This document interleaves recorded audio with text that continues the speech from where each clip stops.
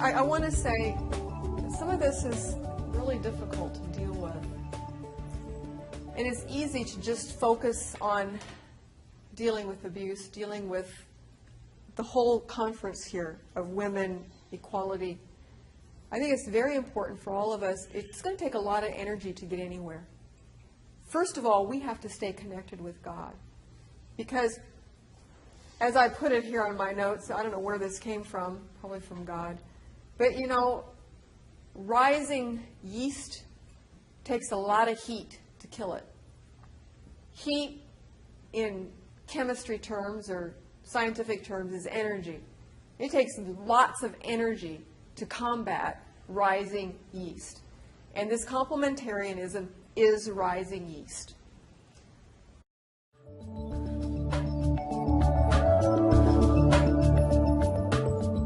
One of the things I think that's so hard for people who help is that it's so painful. And I'm thinking stuff like, you don't want to hear it for half an hour. Do you realize I've got to go live it 24/7? You know, it would be nice if you would talk to me for half an hour or 2 hours or even 4 if it takes that. It's still a very small time slot compared to the crap I'm dealing with all the time.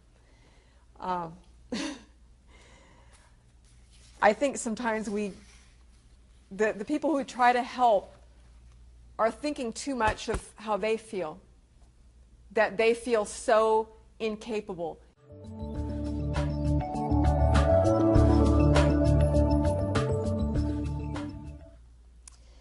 Another thing we can do to be compassionate to those who are abused is to stand up for them. Standing up for them may be when you hear somebody in public saying something not quite so kind or blaming the woman or whatever. Stand up for her. Say, wait a minute, you don't know the whole story. Or especially sometimes men get together and they denigrate women, they talk nasty about them. Or one man will talk to another man saying, yeah, the wife, she, you know, blah, blah, blah, whatever he's complaining about. If the man who's with him says, yeah, but doesn't she do this? Why are you griping? I mean, you have a really good wife there. And besides, didn't you do that? Doesn't she have really good cause? You know, that kind of thing can help men be accountable for how they treat their wives.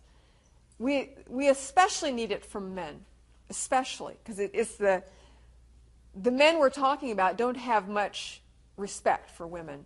If I say it to a man, it might embarrass him, but that's about it. But if another man says it, he needs to step up to the plate a little more than he does if a woman says it. That is the fact of the way things are at present. It's not right. It's just a fact.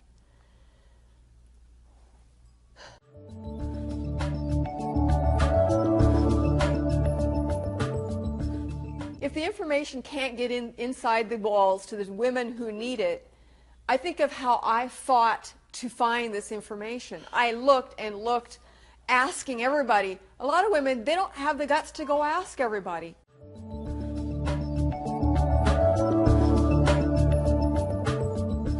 So we have to find ways to get through the brick wall. This has been where my thinking has been going. How do we get through the brick wall? And it's going to be that what they call grassroots is going to be one-on-one, going to people, being open, talking about, in this case, abuse issues. But first of all is to try to keep an eye open and to keep an ear open to hear, to connect the dots. My story has a bit of that. Yvette's best friend, Dolores, not in a single conversation does she see that there's abuse. But when she connects a previous conversation with this conversation, she connects that something is dreadfully wrong. This husband is being terribly controlling. And she starts talking about it. And when you start talking about it, I might add, you have to do a thimbleful at a time. You cannot give them the truckload. They will reject the truckload. All you can do is a little tiny bit at a time, little tiny bit at a time. But it seems to be that we have to get past the centuries to get to the people.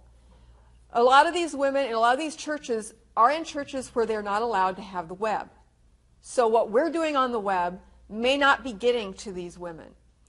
I have started asking even secular women if they would consider learning the scriptures as it applies to male-female relationships that these other women are taught, so that when they see them in the doctor's offices, that they too can give out a little thimbleful at a time. Because somewhere they do rub shoulders with other people, and that has to get to them somehow. It's like they have no other way. They are kept so isolated in their homes, just day to day. Some of them might not even get out once a month hardly, except to go to their church where they're also isolated. I'm not sure how well secular women really want to know about submission and all the verses involved with it. But I do want to talk a little bit. This goes into our next, the next portion that I have. When I was going through this, I did have secular women talking to me about my religion. They thought they knew what my religion was, and they were wrong. It was not what my religion was. It was offensive. And so I'm letting you know that when you're talking to, when secular people or anybody, when you talk to somebody, be sure that you're not saying something that isn't what they actually think or believe. Because it just is taken, it doesn't provide any answers.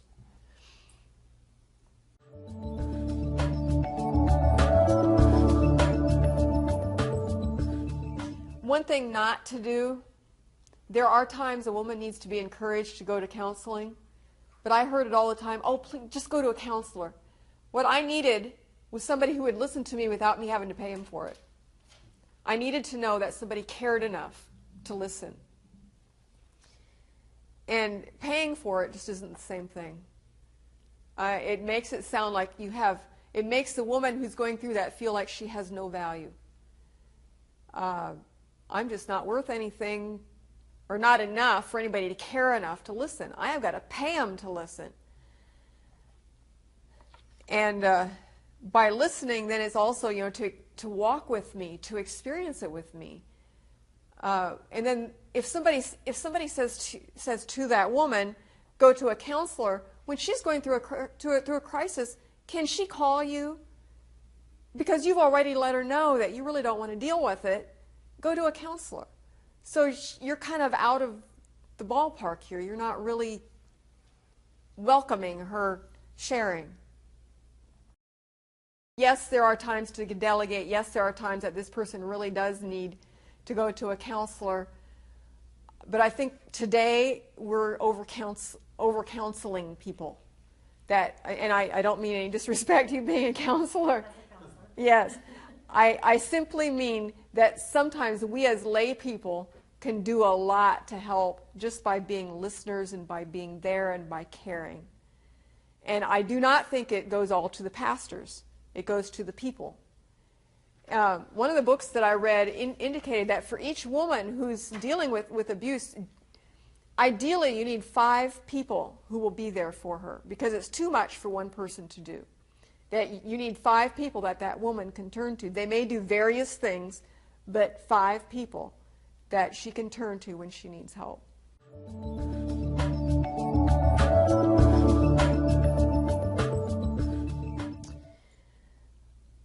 You need to assume that she is the one who knows best, even though she may be out of practice figuring out what that is. One of the ways to do that is to tell her repeatedly that she's making the right choices. Whatever choice she's making is going to be the right one. She knows her husband, her family, her situation better than anybody else. She is making the right choices. Even if she's staying with him, it's the right choice for her for right now. And that is so important for us to realize that we have to let her make her decisions and her decide when it's time to do anything. We may feel like, come on, get out of this, I can hardly stand it anymore. But she has to know what's safe.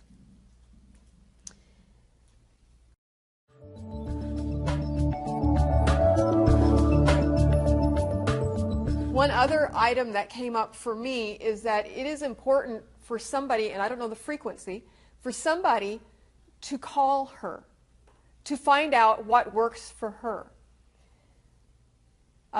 For me, the best time to talk to somebody else was on the telephone from work. I cleaned houses. I can talk to somebody while I'm dusting.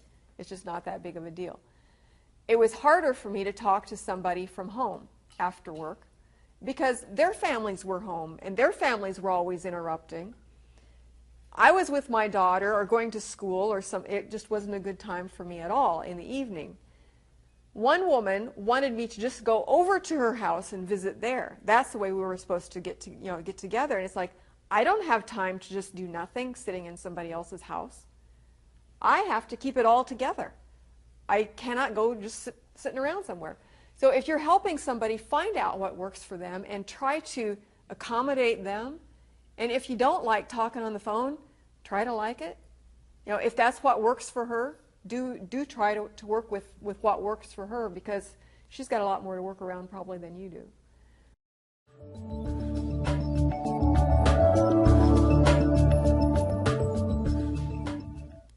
And when she's in crisis, it's really important for us to be Jesus with skin on. To be there, to walk with her. One of the things that was very difficult for me, and I'm not sure what the balancing act on this is. I don't have all the answers, as I said. Some of the women, when I go talk to them, a child would come and interrupt. I'm in crisis. We're talking, I had broken bones on the inside. And my helper turned and dealt with this child when I'm just going crazy on the inside. And I know children need to be dealt with. They need, a parent needs to talk to their children and so on. But there also needs to be some balance in that, where the children need to be taught some respect about not interrupting, not nastily. Don't be nasty. Leave us alone. None of that stuff. Just, could you go play for a while, and we'll be done here after a while. A gentle, to give this woman time to get out what she needs to get out. It's very important that she have the respect. She doesn't get it at home. She's always put down the line at home. She needs to have a time, especially when her husband's been just terrible. She needs to have a time where she's respected enough to be listened to.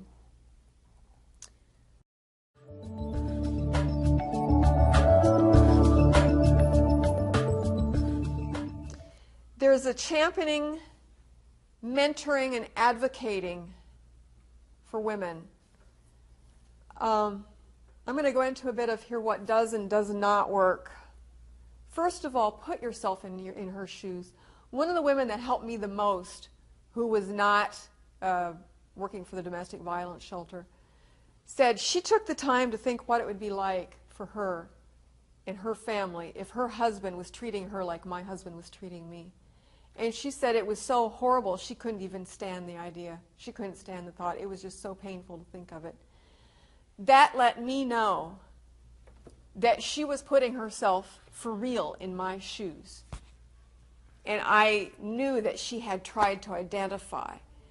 That kind of identifying and validating what I was experiencing had a healing aspect that I wouldn't have had otherwise.